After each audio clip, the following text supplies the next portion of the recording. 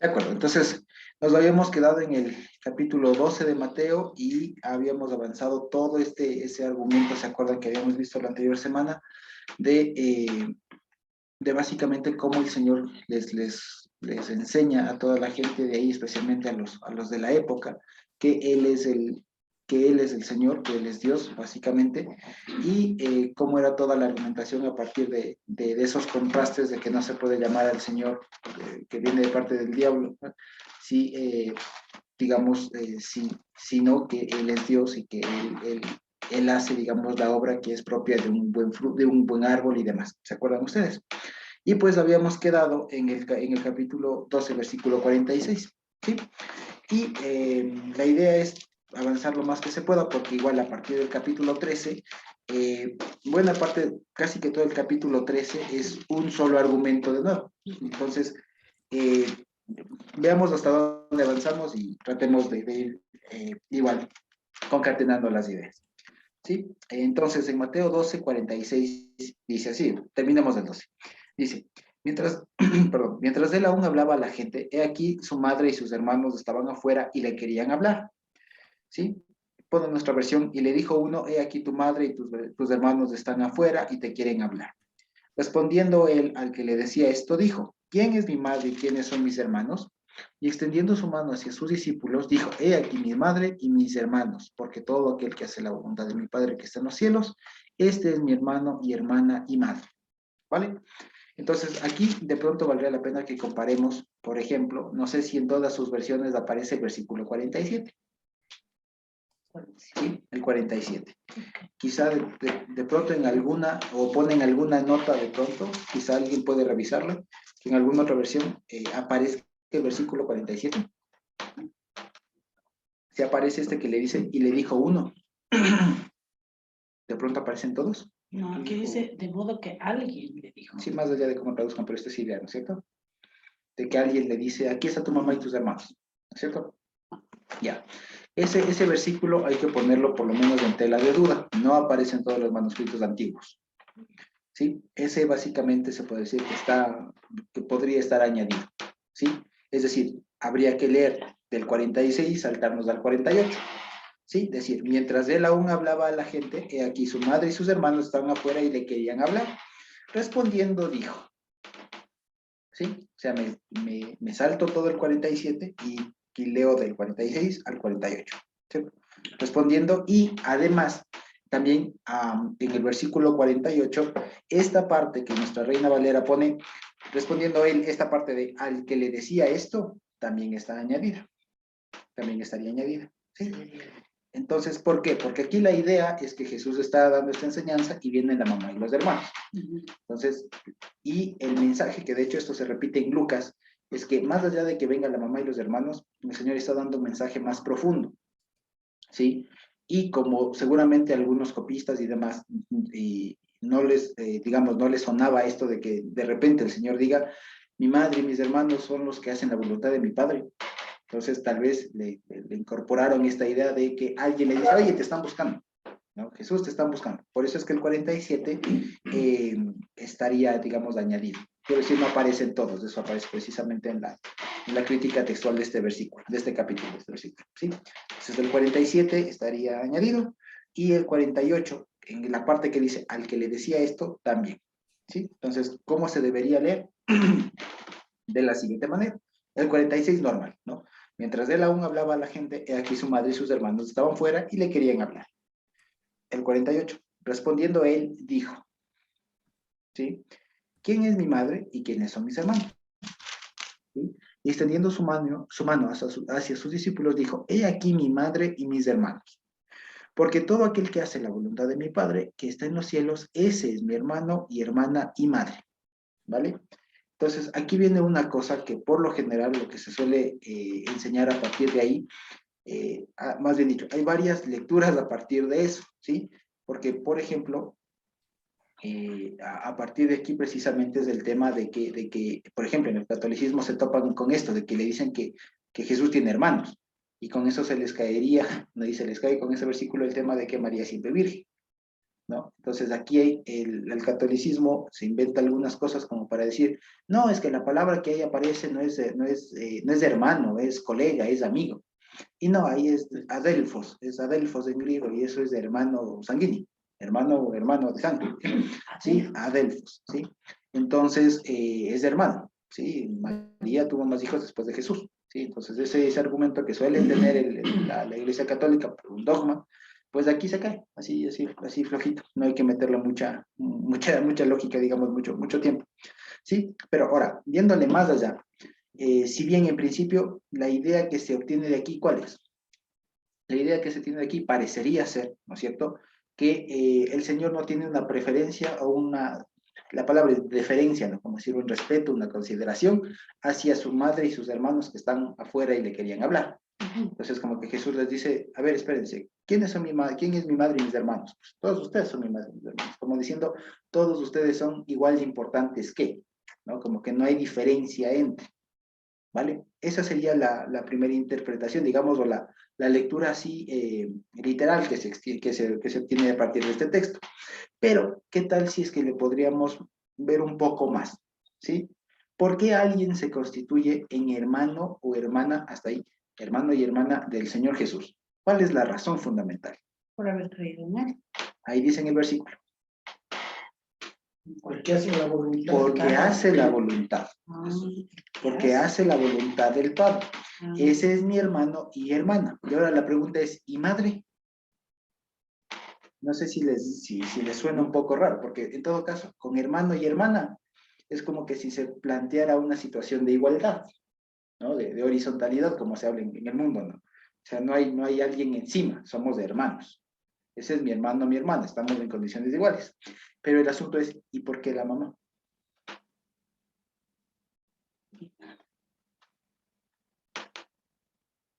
¿Sí? No sé si lo pensamos así. ¿Y por qué la mamá? Que la madre también es hermana. Ya, pero el contexto de aquí dice mi hermano y mi hermana y mi madre. Y con la madre es como que un tema un poco más complicado. Y estaría, digamos así, si lo entendemos así, podría incluso llegarse a entender que como que le está rebajando a la mamá. Le está considerando como una más, ¿no? Y son extraños, pero son extraños.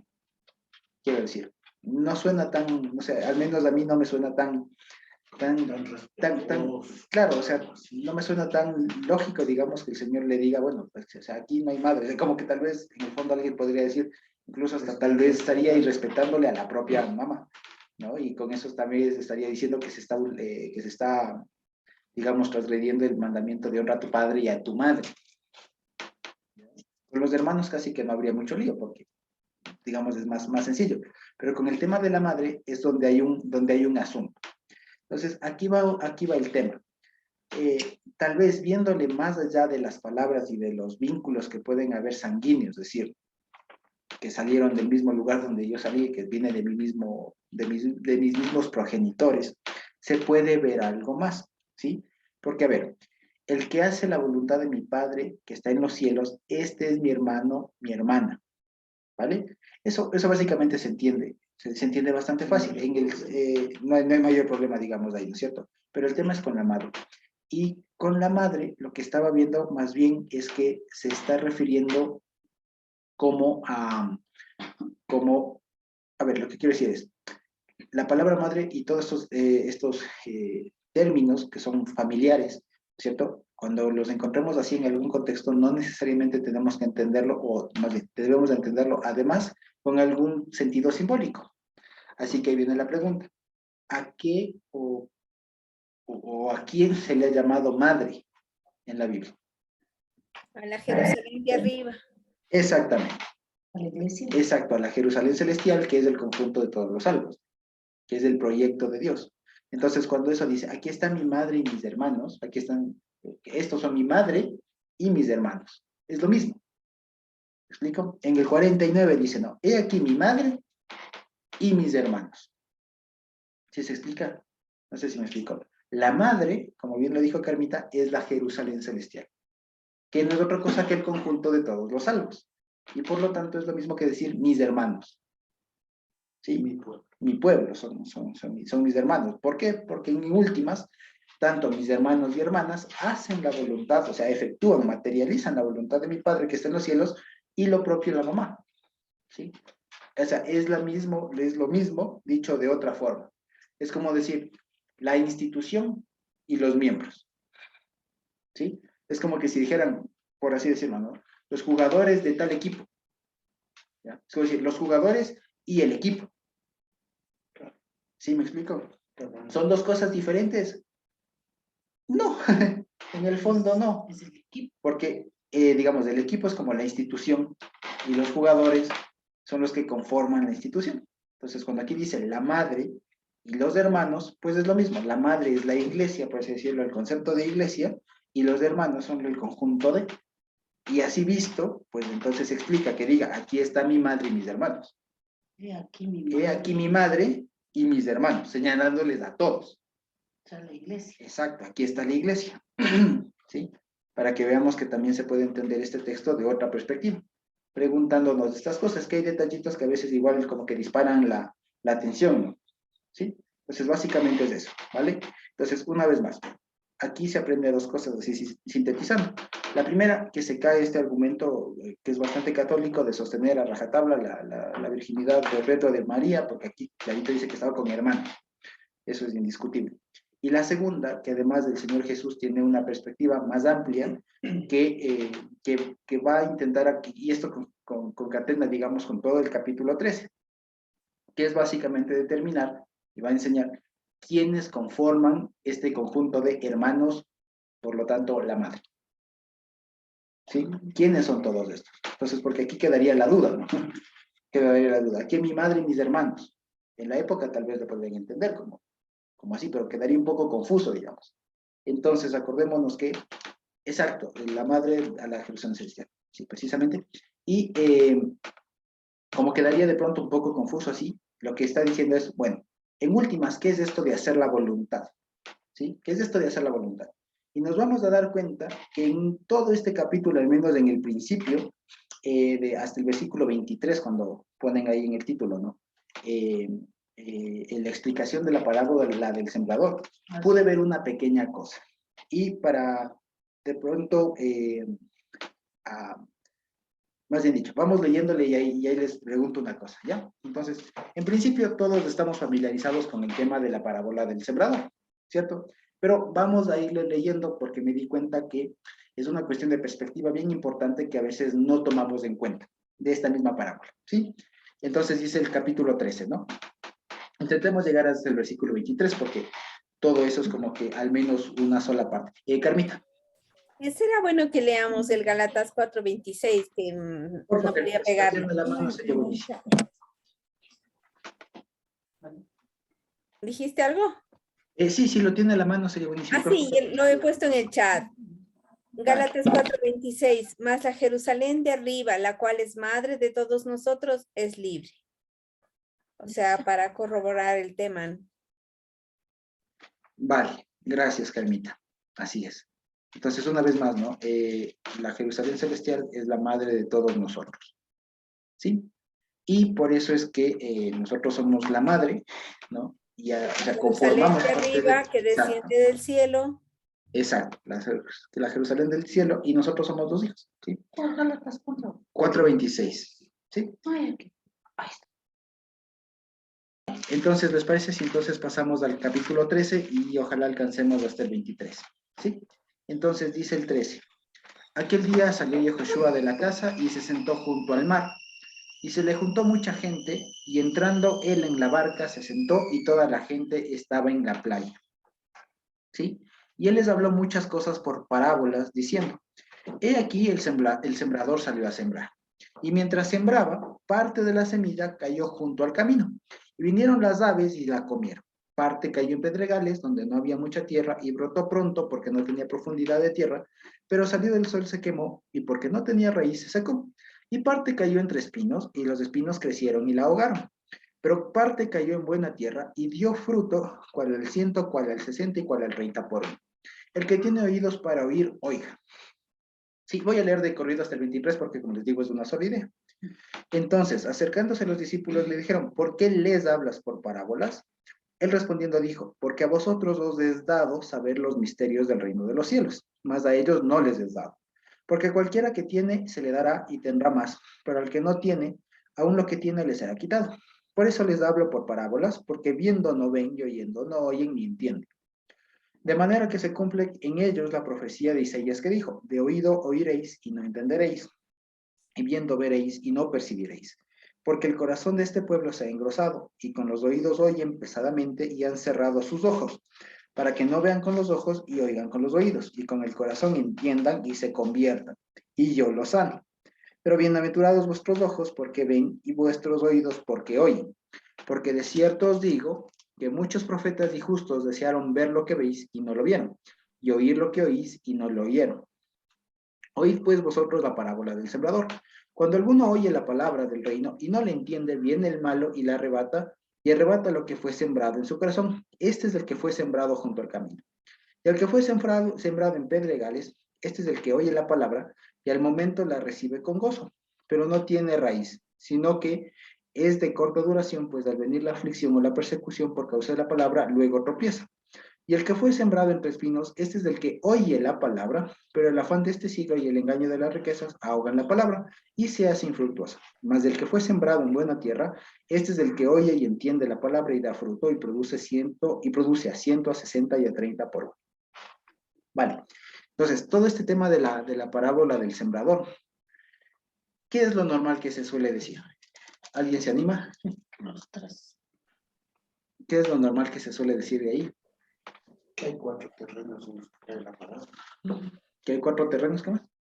En los que cae la palabra. Hay 4 terrenos en los que cae la palabra, ¿no? O sea, en pocas. ¿Quién es el sembrador? Señor. Y eso lo dice más adelante, ¿no? Ujú. ¿Quién es el sembrador? Pues el Señor, El que siembra. ¿no es cierto? Ya, ¿y qué más es? ¿Qué más simbologías encontramos ahí? Los tipos de terreno. Los tipos de terrenos. ¿Qué más? ¿Perdón? ¿Alguien por ahí? ¿No? Ok.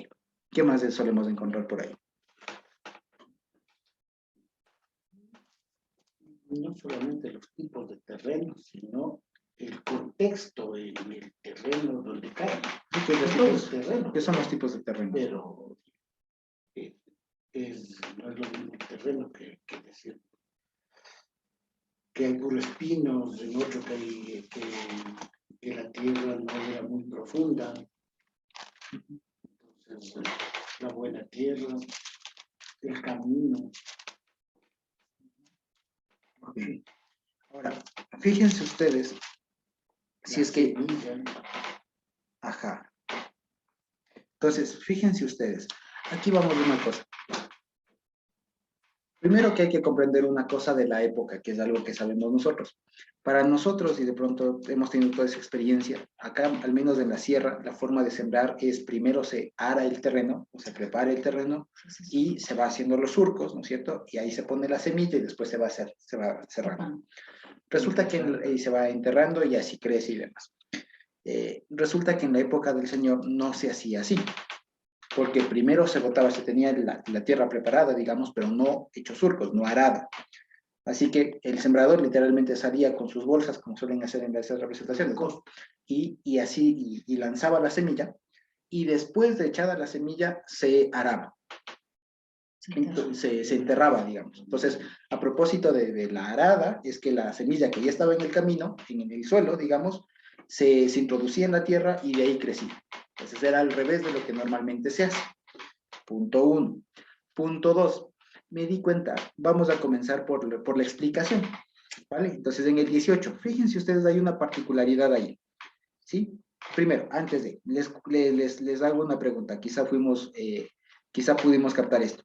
¿Qué 2 palabras o 2 verbos se repiten mucho aquí? A ver. Se repiten a cada rato. Perdón, hermano Lotito, no lo escuchamos bien.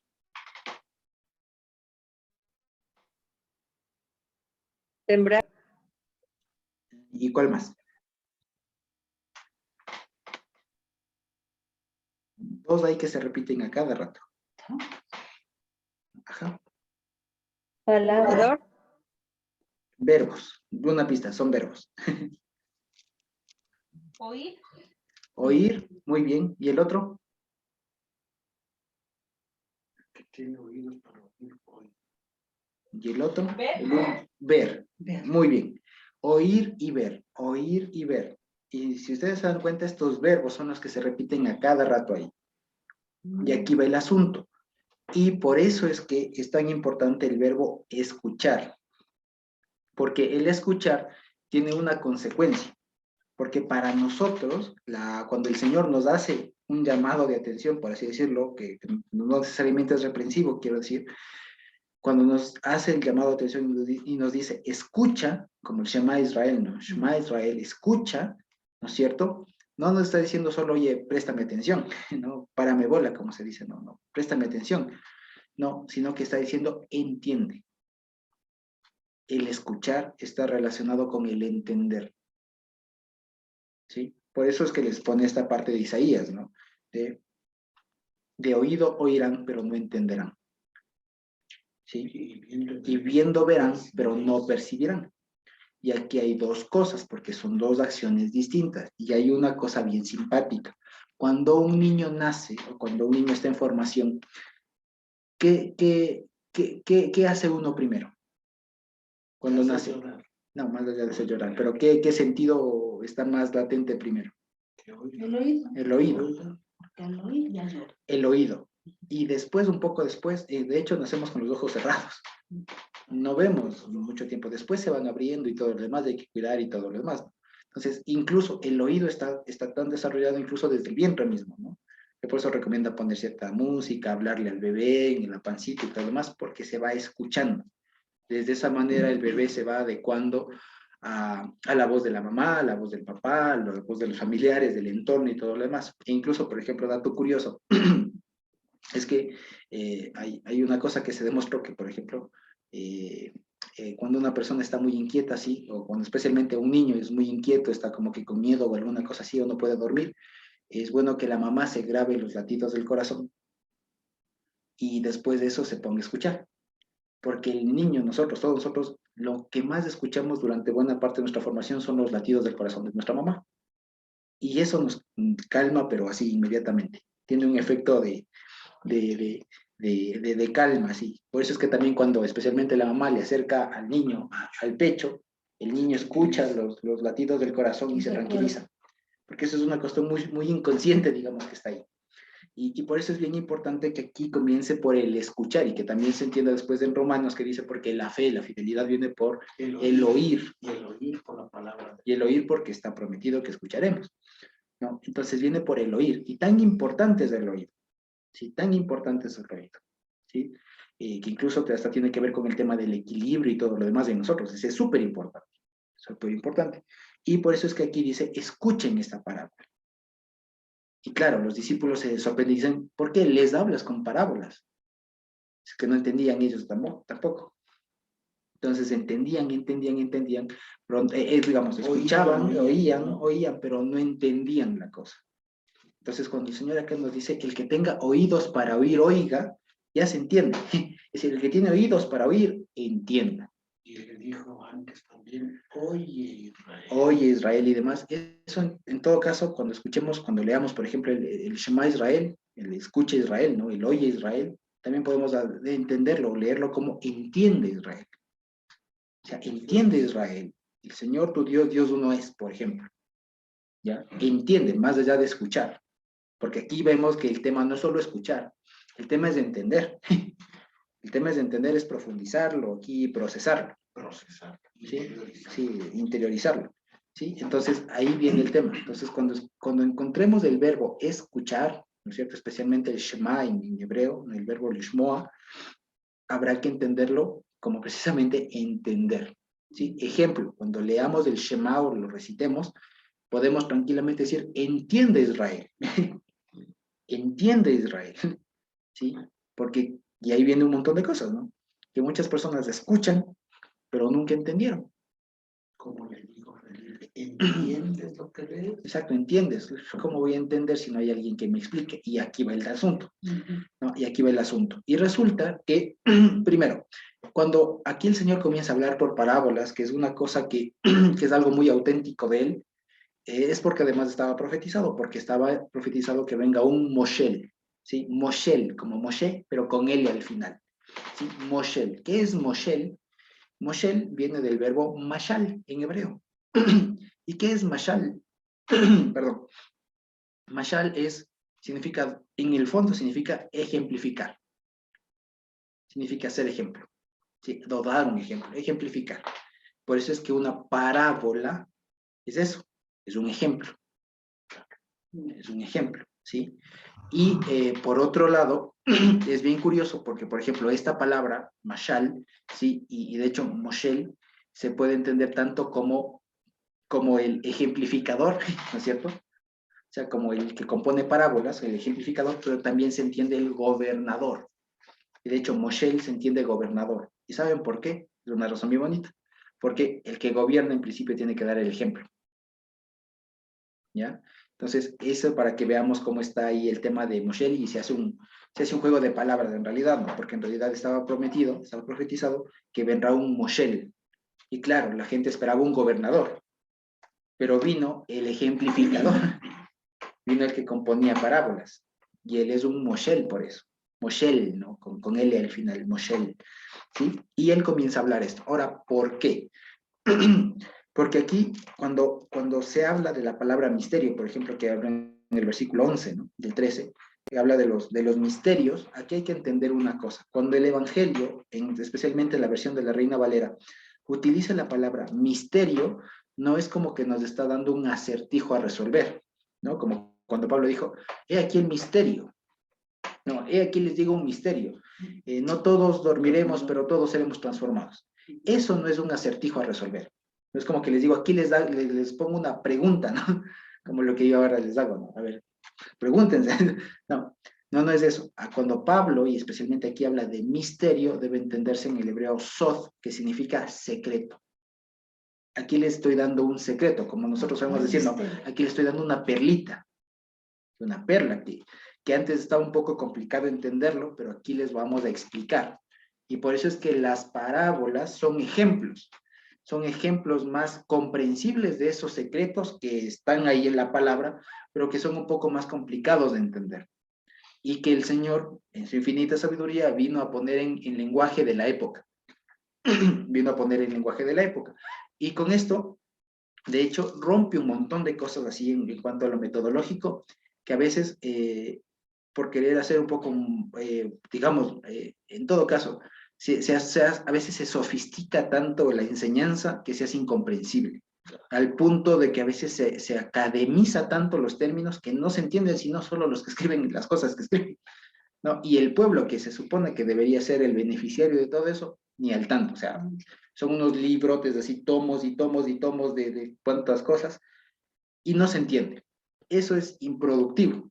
Entonces, miren ustedes, cuando el Señor viene, hace las cosas fáciles, hace las cosas sencillas, que lo podamos entender en un lenguaje cotidiano. Ahora, para nosotros se nos hace complicado porque no somos agricultores. Pero si fuéramos un agricultor de la época, entenderíamos el ejemplo, más fácil. Por ejemplo, ya les digo, ahora nos cuesta un poco porque para nosotros el salir a sembrar es al revés. Primero se ara y después se bota la semilla. En la época era al revés de lo de hoy. Primero se bota la semilla y después se ara.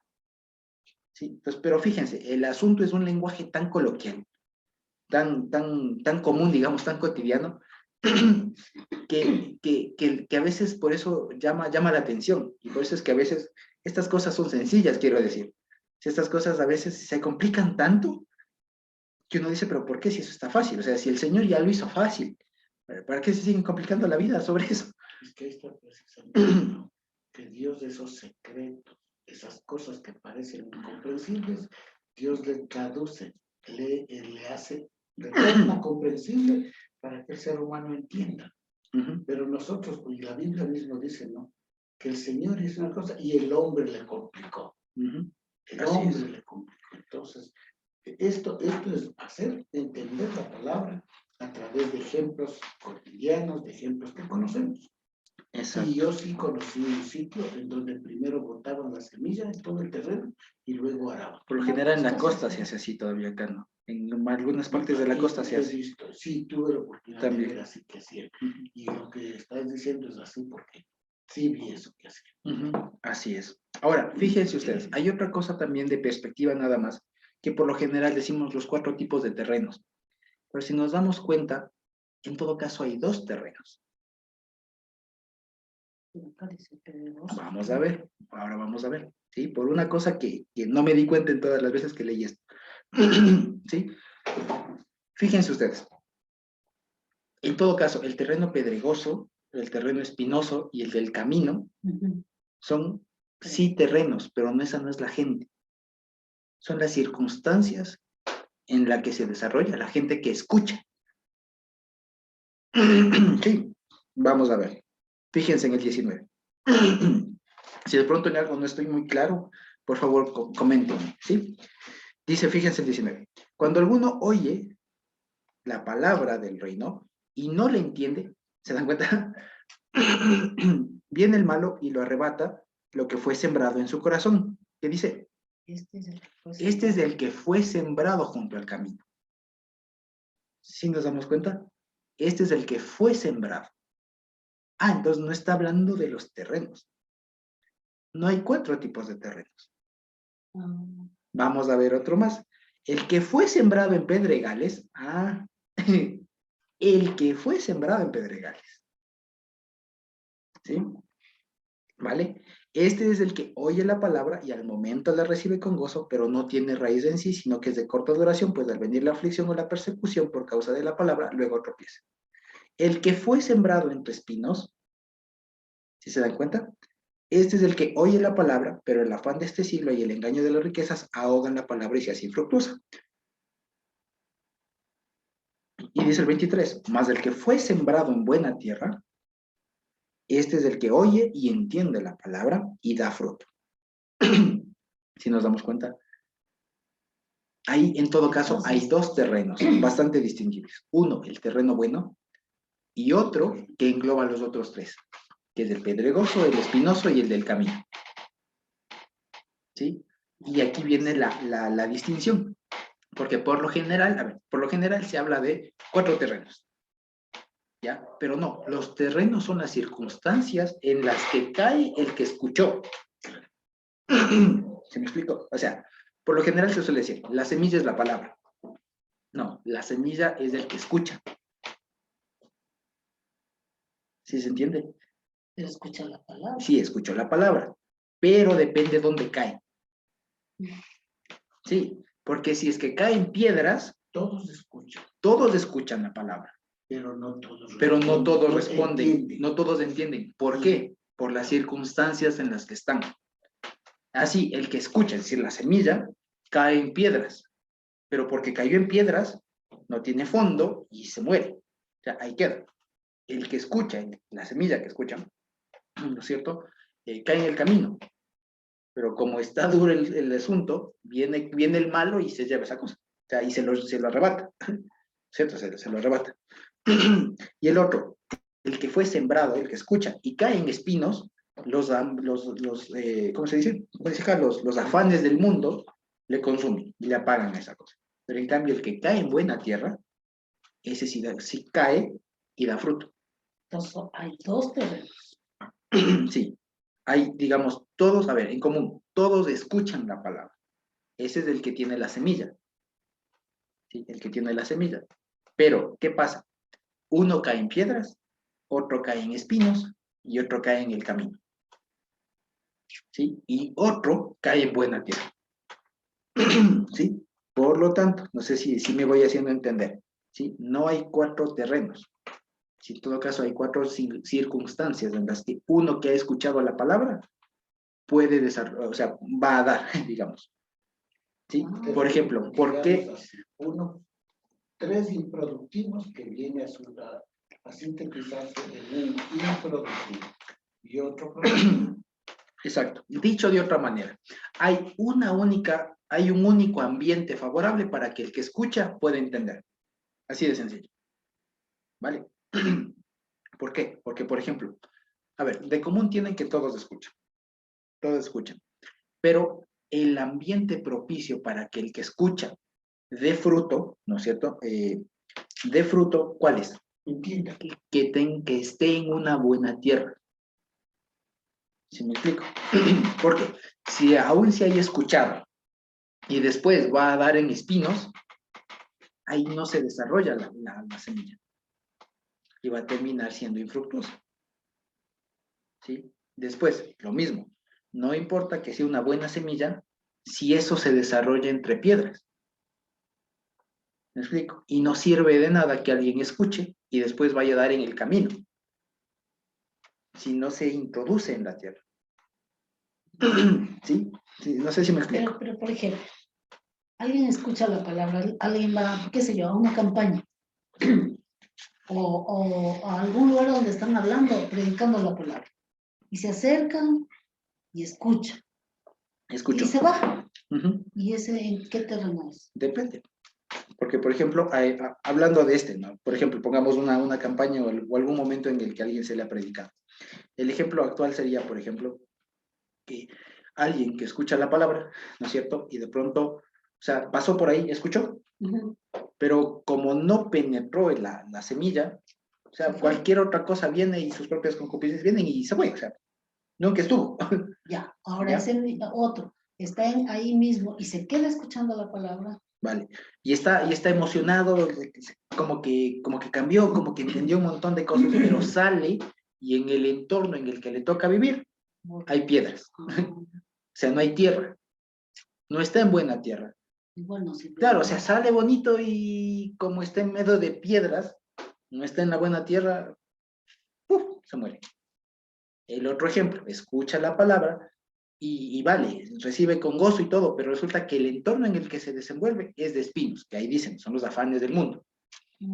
Entonces está gozoso todo lo demás, y incluso aquí se puede entender que el que está en espinos, de alguna manera se desarrolla, pero es infructuoso. O sea, es una bonita mata, pero que está entre espinos. Y le ahogan. Claro, y que no da fruto. O sea, da lo mismo que nada. En el caso, digamos así, en el uno no nace, ¿no es cierto? En el uno quiere crecer, pero se muere, y en el otro se desarrolla, pero no da fruto. Sí, pero hay una cosa que es importante tomar en cuenta. En los tres primeros terrenos, digamos así, circunstancias, siempre añade esto. Cuando alguno oye la palabra del reino y no le entiende, viene el malo y se lo lleva. Ajá. El que fue sembrado entenderá, el que oye la palabra al momento lo recibe con gozo, pero no tiene raíz, O sea, no le entiende. sino que es de corta duración. Ya. El que fue sembrado entre espinos es el que oye la palabra, pero al afán de este siglo del engaño de la riqueza, de ahora ni se hace infructuoso. Esos son los tres terrenos, digamos así, que se puede reducir a uno. Lo otro es bien claro que dice, no, más el que fue sembrado en buena tierra, este es el que oye y entiende. ¿Pero por qué? Pero espera, pero dice, oye y entiende. Pero eso no significa que no va a tener afanes. Pero como entendió, Sí. va a superar. Exacto. Le entiende con gozo.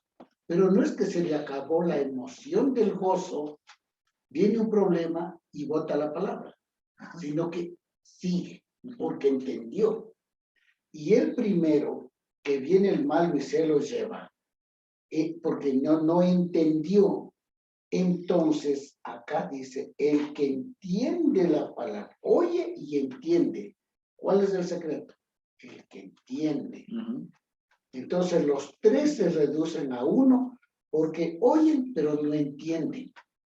Quizás solamente es emocional. El otro, en cambio, oyó y entendió. Entonces, entender significa que es la clave para permanecer. El otro, en cambio, no entendieron y por eso sucumbieron ante las diversas circunstancias adversas que se nos da a todos los cristianos. Así es. Y en todo caso habría que preguntarse por qué esta germinó. Digamos, por qué esta germinó y dio fruto, porque ese es el complemento. Y Dios. Porque les digo, o sea, pensémoslo así, ¿no? Como les decía, el primero no nace. El segundo nace, pero enseguida se muere. El tercero crece, incluso nace, crece, pero no da frutos. Desarrollo, pero es infructuoso. Y después termina ahogándose.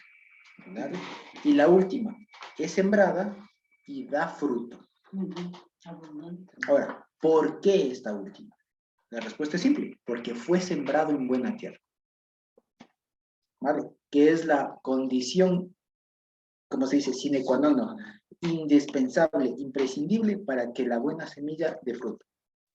O sea, hay dos circunstancias y muchas circunstancias, o cuatro.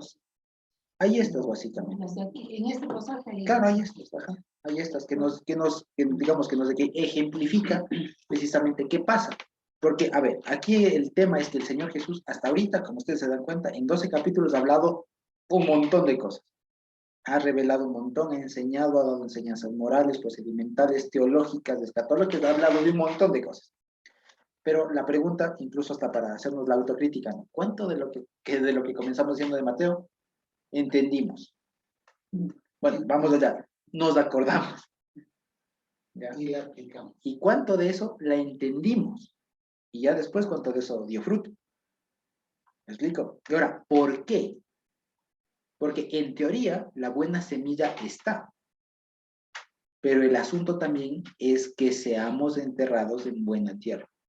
Y eso significa estar en las condiciones adecuadas. Lo que más adelante en el tema, porque por eso es bien bonito, porque le sigue la parábola del trigo y la cizaña. Porque dice, ok, pasamos del supuesto de que ahora tenemos un campo sembrado y todo eso es buena tierra y da fruto. Pero resulta que después hay otra circunstancia, ¿no? Que hay otros que parecen y que esos no son. ¿Sí me explico? Entonces, fíjense ustedes, hay unos que escuchan y entienden, ¿no? Y la hermana Lolita dice, ¿de quién depende la buena tierra? ¿De Dios o de mí? Pues básicamente de Dios. Básicamente de Dios, porque Él nos provee de la buena tierra. Y por eso es que en parte de esto, según le voy entendiendo, y podemos entenderlo así, con razón el escritor de Hebreos decía, no dejando de congregaros, porque parte de eso es la buena tierra. A ver, la buena tierra puede entenderse tanto como la palabra, pero también la comunión entre hermanos, las circunstancias. A ver, he visto, y seguramente ustedes conocen un montón de personas así, y hay, lastimosamente, hay muchos hermanos, pues, digamos, que escuchan la palabra y de pronto lo vivimos, en muchas iglesias lo vemos, los domingos de los cultos son los más aferrados, los más fervorosos, ¿no? Que danzan, que cantan o que predican de una manera muy especial, así, muy animada, ¿no? Resulta que salen y al otro día tienen que ir al trabajo y se les acabó todo. Claro, entonces ahí uno se da cuenta que eso no da fruto. Que aquella persona no está, digamos, en las condiciones adecuadas, por poner un ejemplo. ¿Ya? Que el trabajo le absorbe. ¿Me explico? Si el trabajo le absorbe, eso, por ejemplo, podría estar como que candidato entre el que está entre espinos. ¿Ya? Que es una buena semilla, pero que el entorno no le favorece. ¿Qué hay que hacer ahí? El Señor toma cartas en el asunto. Y el Señor lo hace. ¿Sí? Lo mismo en otras personas. Pueden ser alguien que esté con la semilla, pero nunca nació. O sea, está ahí escuchando. Está ahí, nunca hizo nada. ¿Sí? Que de eso va la cosa. También es como para un tema de reflexionarse. Y el tema también es acá. Bienaventurados ustedes porque sí oyen. Porque ustedes oyeron y entendieron. Y ese es el asunto. Ya habrá que ir viendo también, que es otro tema, ¿no? El asunto de las circunstancias personales. ¿Sí? Pero en principio, el tener un lugar como este, bendito Dios, en el que podamos conversar, esto es muestra de que estamos en la buena tierra, porque estamos propiciando, digamos así, Dios ha abierto un espacio en el que se hable de estas cosas. Y fíjense ustedes, y ustedes me dirán, y de pronto tienen igual y digamos, experiencias en el mismo sentido, ¿no? En los trabajos lo que se tiene es problemas. Rara vez es que un trabajo, una actividad así sea hermosa y que todos vamos digamos, a disfrutar de la vida en nuestro trabajo. Por lo general, no. ¿No es cierto? Entonces, fíjense ustedes cuánto alivio, cuánto refrigerio nos trae este ambiente. Este ambiente, los Shabbatot es lo mismo. Pues quisiera quedarse ahí. Claro, claro, o sea, el tema de estar ahí con los hermanos que nos aman, que nos vemos todos los días, aprendemos, conversamos las cosas de la eternidad, o sea, es otra cosa, ¿sí? Pero en cambio, claro, tengo que enfrentar la realidad, quiero decir, pero a eso es a lo que voy, ¿sí? Vale la pena decirlo. Este pasaje de aquí, de la parábola del sembrador, es precisamente eso para distinguir esto. Un montón de notificaciones. Para distinguir precisamente esto, que no todo el que escucha está en la buena tierra. E incluso esto nos puede servir como una manera de actuación, digamos. O sea, saber si de pronto algún hermano o hermana está en alguna situación de estas, ¿no? Y saber qué hacer. Saber poder ayudarle, poder apersonarse, digamos, en ese sentido, porque la buena semilla está. Lo que de pronto no ayudan son las circunstancias, quiero decir. Entonces, ¿se acuerdan ustedes que a propósito de esto el hermano, el Juanca, nos decía, ¿no? Bueno, es que eventualmente todas esas tierras podrían, en teoría, llegar a ser buena tierra, solo que necesita un trabajo de labrador. ¿Se acuerdan ustedes? Entonces, en principio está el tema ahí, ¿sí? Pero lo que quiero decir es, en todo caso, alegrémonos, tengamos esa seguridad de que nosotros hemos sido sembrados en la buena tierra. ¿Sí? ¿Por qué? Porque, por lo que dice aquí, ¿no? Porque hemos escuchado y hemos entendido. Y producto de eso damos fruto. ¿Sí? Y el fruto no es otra cosa sino el permanecer firmes, de lo que dice aquí, ¿no? ¿Quién es mi hermano, mi madre? Bueno, el que hace la voluntad de mi padre. ¿Sí? El que hace la voluntad de mi padre. Y si nosotros en nuestros trabajos, a pesar de lo agobiantes que pueden ser, damos testimonio, nos conocen y todo lo demás, vean, eso ya es un montón. Eso ya es un montón, ¿sí? Y así cada uno en sus diferentes áreas, con la familia, en el trabajo, con los vecinos, un montón de cosas. Si el Señor, más bien dicho, si nos damos cuenta de cómo el Señor ha ido actuando en nosotros, nos damos cuenta que estamos en la buena tierra porque damos frutos, ¿sí? Así de simple. Entonces, fíjense ustedes cómo cambia la perspectiva de esto, ¿no? Y todo es por el escuchar, que implica el entender, ¿sí? Implica el entender. Y a propósito de eso, después el otro paso es el ver, porque dice estos, como cita Isaías, ¿no? Estos escuchan, pero no entienden, y ven, pero no perciben, o sea, no discriminan, y eso es lo segundo. Eso es a donde va precisamente el tema de dar fruto, porque es el primer paso, por así decirlo, el escuchar y entender la cosa, o sea, interiorizar, que tiene que ver precisamente con la semilla, o sea, que la semilla sea sembrada en una buena tierra. O sea, escuchó y entendió, lo profundizó, ¿sí? Y después viene el tema del ver y distinguir las cosas, que es cuando ya sale la semilla, ¿no es cierto? Y da fruto. Se brota la plantita y da fruto. Que básicamente el ver tiene que ver con precisamente ya saber cómo manejarse en la vida. Porque una cosa, digamos así, como igual vamos a ver Dios mediante la siguiente semana, ¿no es cierto? Vamos a ver que incluso ya cuando hemos nacido, digamos, cuando ya está la plantita, ¿no es cierto? Nos vamos a dar cuenta que no todos son de los nuestros.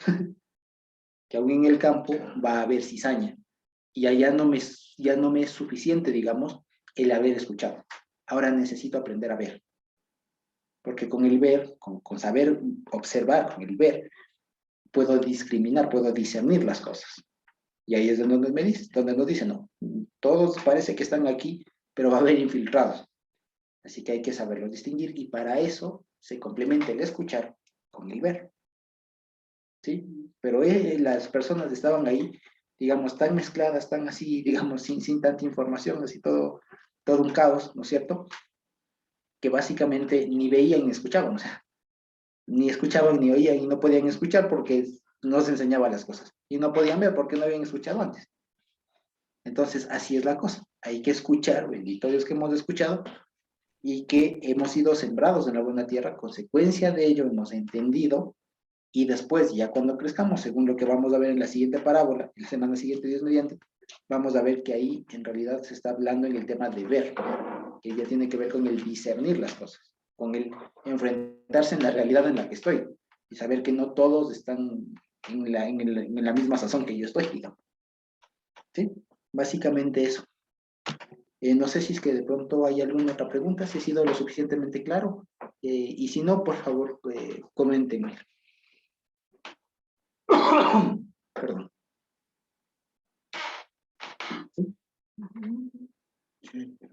¿Sí? ¿De pronto preguntas? ¿Alguna participación por ahí? Sí, yo tengo una. Hermana Mónica, por favor. ¿Cómo Sí. está? ¿Y cómo se podría, o sea, yo iba escuchando lo que nos ibas diciendo y bueno, realmente es otro nivel el estudiar con conocimiento hebreo, ¿no? Porque nunca he tenido este tipo de estudio en esta área de Mateo, ¿no? Entonces, cuando yo iba escuchando la prédica y decían que, por ejemplo, en los diferentes terrenos, que realmente solo ha sido dos, en el terreno de las piedras, el espinoso, decía que se moría la semilla, ¿no? Y me venía a la mente este versículo que dice que la palabra de Dios nunca viene vacía. Entonces, ¿cómo se podría interpretar eso?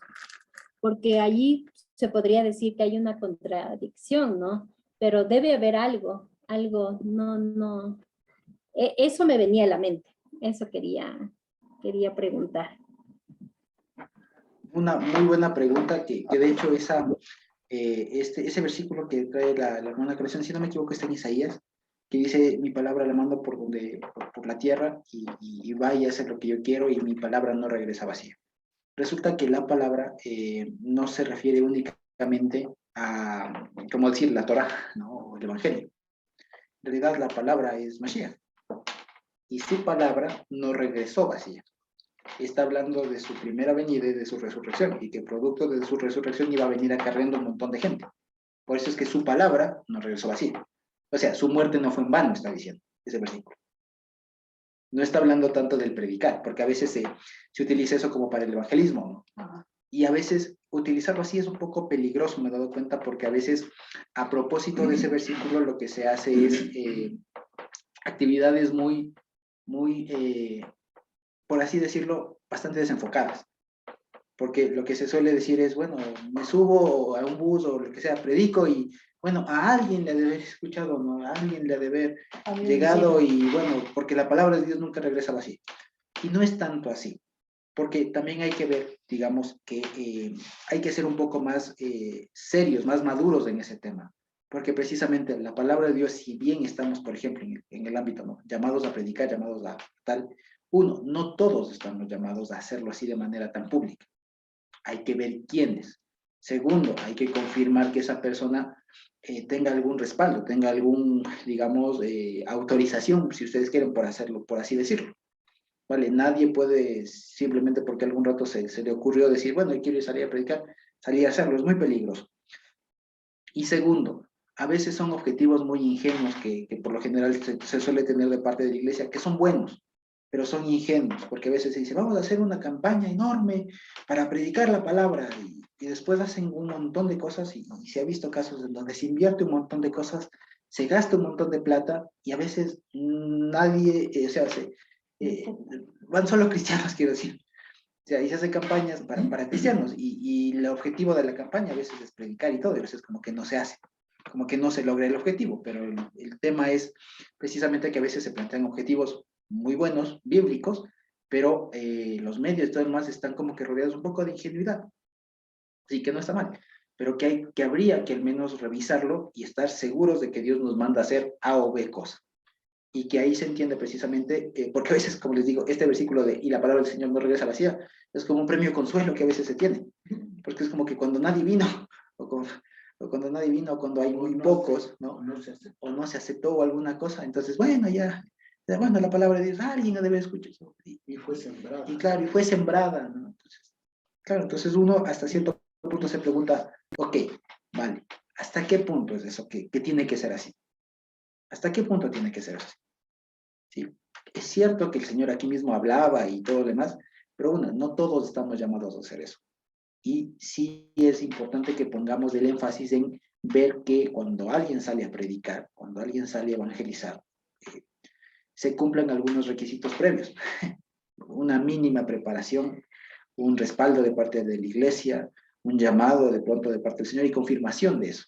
Que incluso si es que uno se convirtiera, ya es un montón, ¿no? Y es un montón, pero a veces ni uno, pero a veces ni uno, y a veces, como les digo, este versículo se utiliza como premio consuelo, y no debería ser así, porque no es para eso. O sea, mi palabra no regresará vacía. No está hablando de vayan a predicar y bueno, ya ahí confórmense con lo mínimo.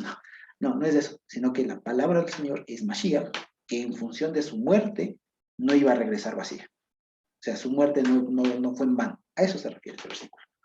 Más que a la parábola del sembrador, ¿no? De que, bueno, de todo esto por lo menos, bueno, los que cayeron en la tierra, que en realidad, si lo fijamos así, del conjunto de semilla que se tenga en la mano, ¿no es cierto? Digamos así, del presupuesto que se tenga, en realidad lo que cae en el camino, en el espinos y en la piedra, es mínimo.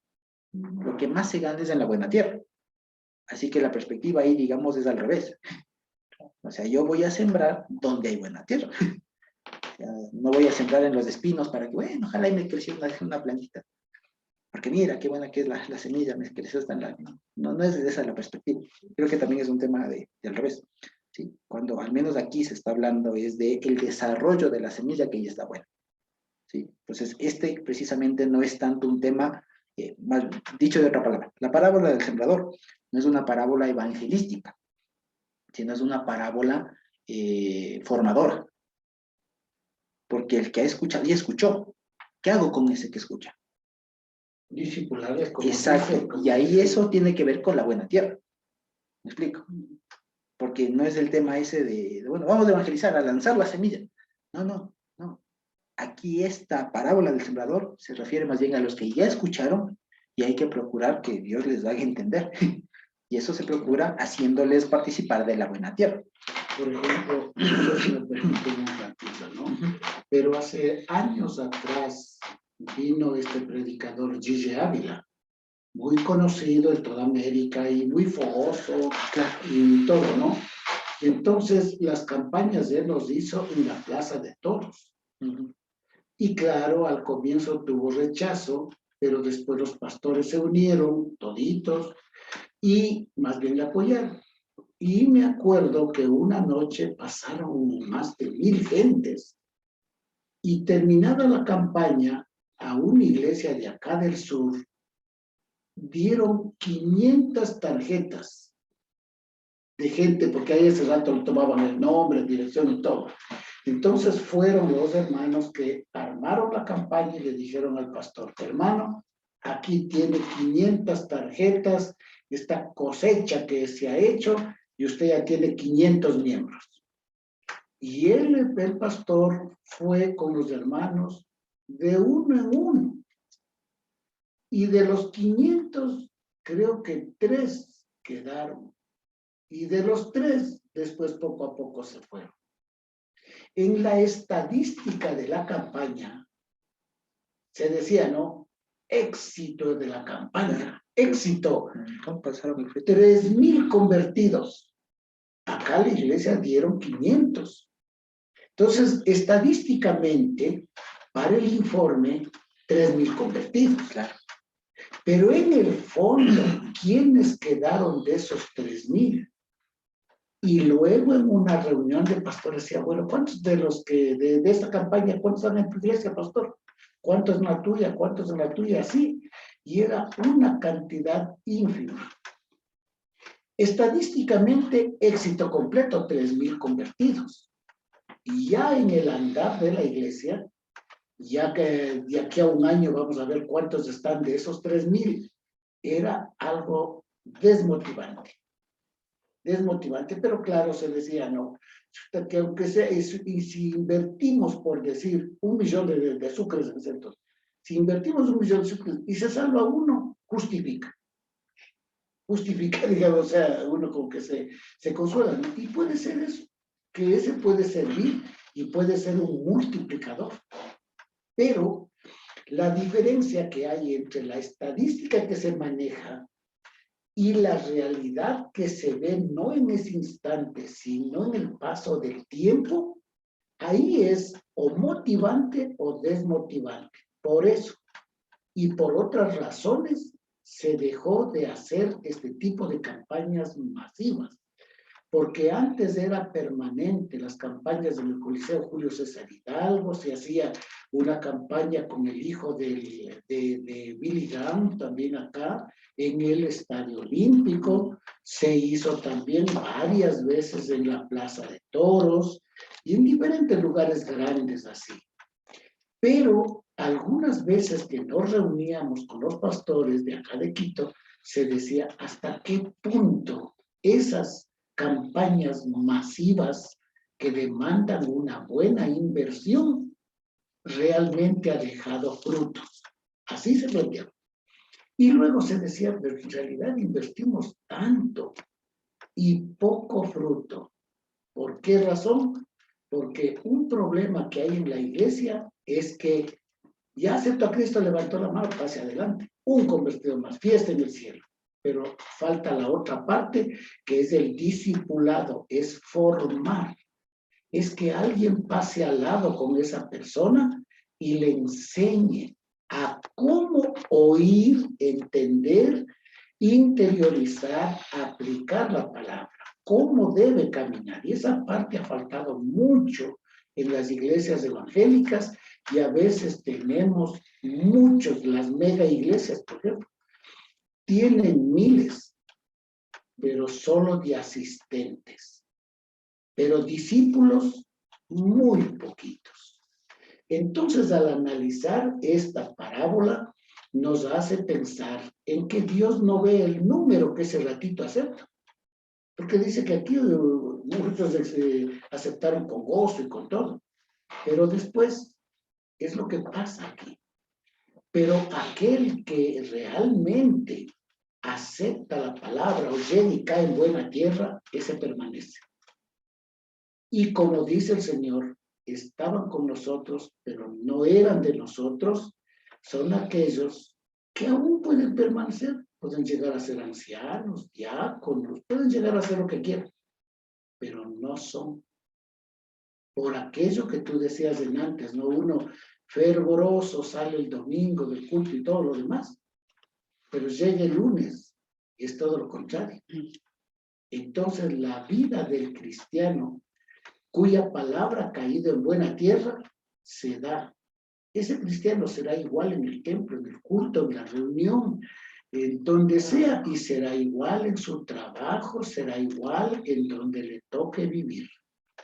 En medio de las adversidades que habla de las tres circunstancias anteriores, allí él saldrá, porque la buena semilla, de eso no muere. Así es. Los otros sí. Así es. Los otros sí. Entonces esto es importantísimo, inclusive para efectos de manada pequeña, el discipulado, el estudio de la palabra, el interiorizar, el aplicar y vivir la palabra.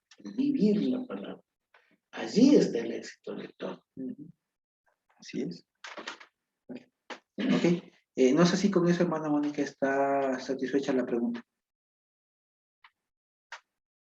Y si de pronto... Sí, muy buena, pero por ejemplo, cada vez que tú hablas, me viene más y más preguntas, como por ejemplo, el hecho que se dice, o sea, a mí siempre me han dicho que lo que uno se tiene que hacer es predicar, dar a conocer de Yehoshua y que toda la gente conozca de las buenas nuevas.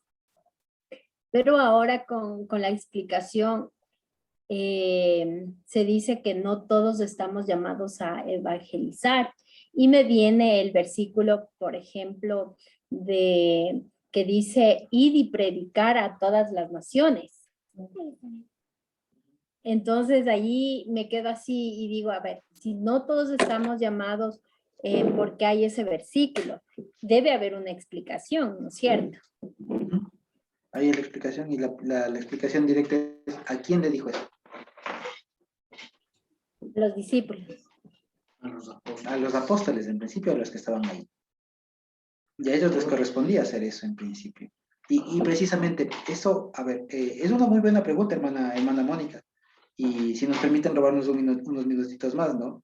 El asunto es que a veces, como les digo, en el pensamiento cristiano a veces abundan las buenas emociones, los buenos deseos. Y eso es algo loable, digamos, es algo deseable hasta cierto punto. Pero resulta que después, por tener solo buenos deseos, se terminan perdiendo la organización. Entonces, claro, a veces se lee de manera así muy rápida. Ah, es que está escrito que vayan a predicar a todas las naciones. Entonces, bueno, ¿y quién va? ¿Y quién te manda? O sea, ¿y qué vas a decir?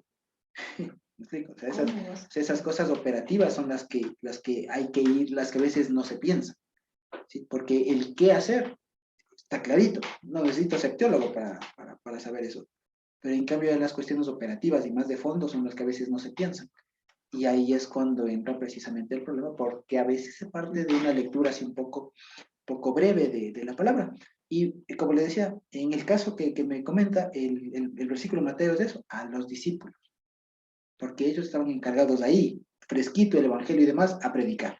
Y que incluso ni tan enseguida, porque acuérdense que después les dijo, pero no se vayan, o sea, espérense un ratito, espérense que reciban poder, porque si no reciben poder, no van a poder hacer nada. Entonces, fíjense ustedes cuán importante es todo esto de la escritura, de hacer las cosas bien. Porque imagínense ustedes, perdón, porque imagínense ustedes que el Señor ahí les dijera, y bueno, de aquí vayan y prediquen. Y ese ratito iban a predicarse. No iban a dar. ¿Por qué? Porque se olvidaban o se hubieran olvidado de la parte en donde les dijo, espérense hasta que reciban poder. Sin eso no pueden. Ah, entonces fíjense que hay un tema. No, hay un tema de un qué y de un cómo.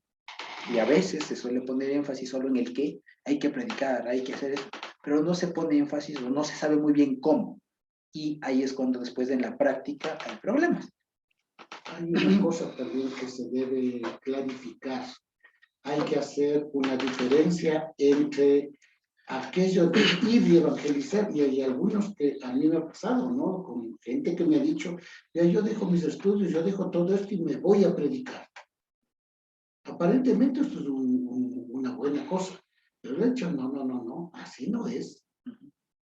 Una predicación o lanzarse así, dejando las cosas, si está estudiando, de estudiar, si está trabajando, de trabajar, lanzarse así, eso no es lo correcto, salvo que Dios les llame y que Dios le envíe, pero con un llamado de Dios y el envío de alguien, una iglesia, una institución que les respalde. Pero esa es una parte. La otra, el evangelismo personal que debemos hacer, que yo en mi trabajo les hablo de la palabra, que les testifico, digamos, ¿no? Para eso no necesito ser enviado, que me mande a la iglesia, que me dé permiso, y yo voy a decir lo que el Señor ha hecho en mi vida. Y en la experiencia es cuánta gente, como llamamos vulgarmente, se han convertido, porque en un momento se les habla, se les testifica. Y eso tenemos que hacer todos. Pero ya un llamado a evangelizar, así como digamos, ya en más allá, en una situación más grande, si el Señor les llama a esa función, porque dice la palabra también que hay, ¿no? Los evangelistas, pastores, maestros, A eso, todo. a eso. Pero eso se diferencia del evangelismo personal. Yo le hablo de la palabra a las personas que están cerca de mí, les hablo de la palabra, les hablo del Señor, les hablo de mi testimonio, como el Señor me cambió. Y hay veces que les veo a las personas de nuevo, hay veces que no les vuelvo a ver nunca. Pero yo como cristiano tengo que contar las maravillas de Dios. Así es. Porque como dice la palabra, no podemos dejar de decir las maravillas de Dios. Entonces tiene que haber dentro de nosotros cristianos ese fuego, esa pasión por contar las maravillas de Dios a partir del testimonio de uno. Por eso es importante el testimonio de uno. Sí, que no tiene que ser dramático, que yo era un perdido antes de que ahora, y así no. Puede que no haya sido así, pero el Señor llegó a la vida, hizo un cambio y le hablo de ese cambio, ¿no? Entonces, esa es una forma que toditos tenemos que hacer, ¿sí? Y otros están llamados a ser, como diríamos, un poco más en masa. O más E ir a específico. cumplir un ministerio, digamos así, más amplio. Es que a eso vamos precisamente. Y la segunda razón, la primera es esto, ¿no? Que hay que comprender más el tema de fondo que está ahí. Y la segunda es que somos un cuerpo. Y en el cuerpo hay diferentes órganos. Cada cual cumple una función diferente, una función en específico. Y por eso dice, hay algunos que enseñan, hay otros que cuidan, hay otros que profetizan, hay otros que sirven, hay otros que presiden, hay otros que evangelizan. Entonces ahí hay que preguntarse, porque también a veces por pensar así, porque como les digo, este es un pensamiento a veces así muy acelerado, que en la práctica termina dando problemas, porque a veces dicen, es que todos están llamados a evangelizar. A ver, hermanito, usted, a evangelizar.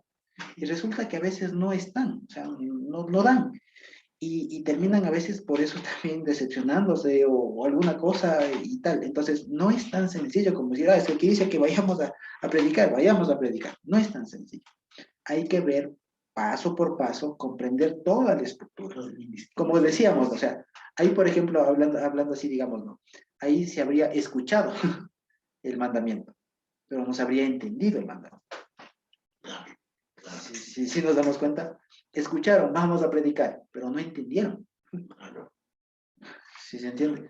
Entonces, fíjense ustedes, entonces ahí va el asunto. A veces los cristianos, los creyentes, tenemos mucho fervor, mucho ánimo por servir al Señor, somos muy entregados a eso, pero nos falta el otro paso, que es el entender. Porque ahí nos damos cuenta que no es tan sencillo. Es como que, es como que si él les dijera, vamos a construir un edificio, vamos, y después llegamos ahí. Y bueno, y a todo esto alguien sabe cómo coger una pala. Alguna cosa así, ¿no? O alguien sabe, no sabe, bueno, ni muy bueno, por lo menos tuvimos la buena intención. Algo así sonaría. Entonces, no es solo con el leer, con el escuchar, sino hay que también entender. Y eso es a donde falta, digamos, falta esa parte del profundizar, del preocuparse por todo, y también saber que no todos estamos llamados a hacer todo. No todos estamos llamados a todo. ¿Sí? Por eso dice Pablo, el que preside, presidir, el que dar de manera liberal, con liberalidad, el que visita de buena manera, o sea, cada cosa, cada cual, ¿sí? Porque para eso están los miembros, para eso somos un cuerpo, para eso somos un cuerpo, ¿sí? Entonces, para eso, y en eso también tenemos que ir procurando, como decía Carmitano, ir viendo cuál es nuestro don espiritual, que acuérdense que cuando hablamos de dones espirituales no es otra cosa, sino que no son otra cosa, sino los ministerios que se han dado. Los dones espirituales no es otra cosa, sino para qué soy bueno. O sea, para qué me va a usar el Señor dentro de su iglesia. Ya, eso es otra cosa. ¿Sí? Porque a veces espirituales dicen, no son. No. ¿Para qué sirvo? ¿Para qué Dios me puso aquí? Dios me puso a enseñar, pues hágale. O sea, prepárese, estudie. Estudie y así enseñe.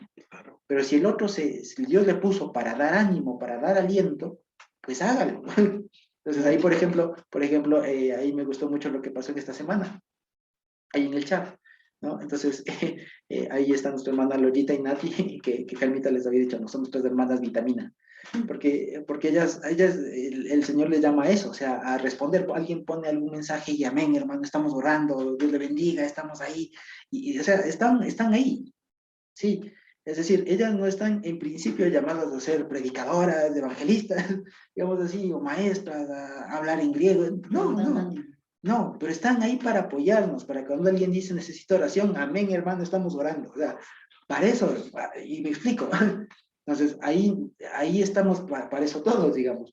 Hay otros hermanos que en cambio se preocupan y dicen, ¿cómo estará el hermano? No haya hablado mucho tiempo, no se ha conectado, ¿cómo estará? Tuvo esta cosa, o sea, hay así. Y nos vamos dando cuenta que así funciona el cuerpo. Y ahí nos damos cuenta que somos un cuerpo.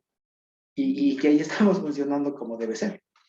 ¿Sí? Entonces, fíjense, a eso va todo. Entonces, a eso iba. Por ejemplo, creo que es bastante evidente conmigo, ¿no? La función que Dios me ha puesto a fungir aquí es de que, pues, eventualmente de maestro, o sea, de maestro y de tal. Y por eso es que Dios también me ha dado a mí y el tema, y si se quiere, la responsabilidad de estudiar. ¿Sí? O sea, y decirlo así, ustedes en principio y los demás hermanos no tienen la responsabilidad así cargada, digamos así, que yo tengo, de estudiar, de repasar, de trasnocharme y tal. Así, todas las veces. No están obligados a hacerlo. O sea, si lo pueden hacer, bendito Dios. Pero el que principalmente tiene esa obligación soy yo. Pero te escucha. Claro, así es, sí, pero precisamente por eso me explico. Pero en cambio hay otros hermanos que no están obligados a eso. Ahí están nuestras hermanas vitamina, ahí están nuestras hermanas que capaz no dicen nada, pero pues, estoy seguro que están orando, están pendientes de todo, y así están visitando, y están, o sea, así. Entonces, a eso vamos, ¿sí? Y fíjense que esta parábola del sembrador, como les decía, ¿no? Para que nos quedemos con esta idea, no es una parábola evangelística, es una parábola, ¿cómo se dice? Pedagógica, si se quiere. O sea, de que se enfoca más a ya cuando qué se hace cuando ya alguien escuchó, ¿sí? No para que alguien escuche, no, es cuando alguien ya escuchó y hay que proveer la buena tierra, ¿sí? Básicamente eso, y Dios provee la buena tierra, quiero decir. Y en ese sentido también nosotros formamos parte tanto de quienes hemos escuchado como de ese buen entorno, que por ejemplo es algo bonito que yo lo sentí. La primera vez que el Señor me dio la oportunidad de conocerlos, me sentí en casa, me sentí en familia. Es algo que no se siente en otro lado. Uno llega al trabajo y siente trabajo. O sea, uno siente que llega donde la familia. No siente uno que llega donde uno le quiere, donde esté el Señor, donde está bonito, donde hay un calorcito bonito, donde hay un abrazo sincero, donde hay el no nos vayamos, quedémonos un ratito más. O sea, es eso, ¿sí? Y a eso también se refiere la buena tierra. Y ese es el entorno en el que la buena semilla germina, da fruto y demás. Para que una semilla dé fruto, son muchas circunstancias que tienen que dar. Si una semilla no tiene el calor del sol, Exacto. se muere. Ajá. Si una semilla no tiene humedad, Tiene agüita. no tiene agüita, se muere. Si una semilla no tiene un poquito de sombra, si solo está a punta de sol y de sol, se seca. Es decir, la semilla necesita, ya como semilla y luego como planta, necesita de varias circunstancias, ¿no? Y ese es el ambiente cristiano, el ambiente de la familia cristiana que le va proveyendo humedad, le va proveyendo calor, le va proveyendo sombra, le va proveyendo alimento, le va proveyendo un poco de agua y así lo que necesita. Y eso es el ambiente que debe darse dentro de una congregación para que las plantitas crezcan todas. Y ahí en el andar ese, ahí se va viendo quién es trigo y quién es cizaña. Exactamente. De tal manera que ese ambiente que se da en la congregación es el que hace que las plantas germinen. Y todos nosotros estamos llamados a crear ese ambiente de amor, de respeto, de preocupación los unos por los otros, de oración, de compartir un testimonio, y así de todos colaboramos y le hacemos el ambiente, qué bonito, y por eso muchas veces quisiera que esto no se acabe, sino que sigamos así, porque ese es el ambiente donde hay vida, y Dios, que es el promotor de la vida, nos da esa bendición para que hagamos crecer a los demás, y todos crecemos. Hay muchos que no dicen nada, pero van llenos. Van llenos. Entonces, ese es el ambiente maravilloso que el Señor ha puesto para que crezcamos en Él. Y creciendo así, ningún árbol quede estéril. Creciendo en esa forma, todos a la medida de lo posible, de sus circunstancias, dan fruto. Así es. Porque Dios no tiene árboles estériles. Dios tiene árboles productivos. Pero bien puede ser que un árbol de sombra. Ese es un fruto. Claro. ¿No? Y así, ¿cuántos? Otro árbol puede ser que sirva para que hagan nido los pájaros. O que jale agua. Claro, ¿no? Porque, Claro. Así es. sí.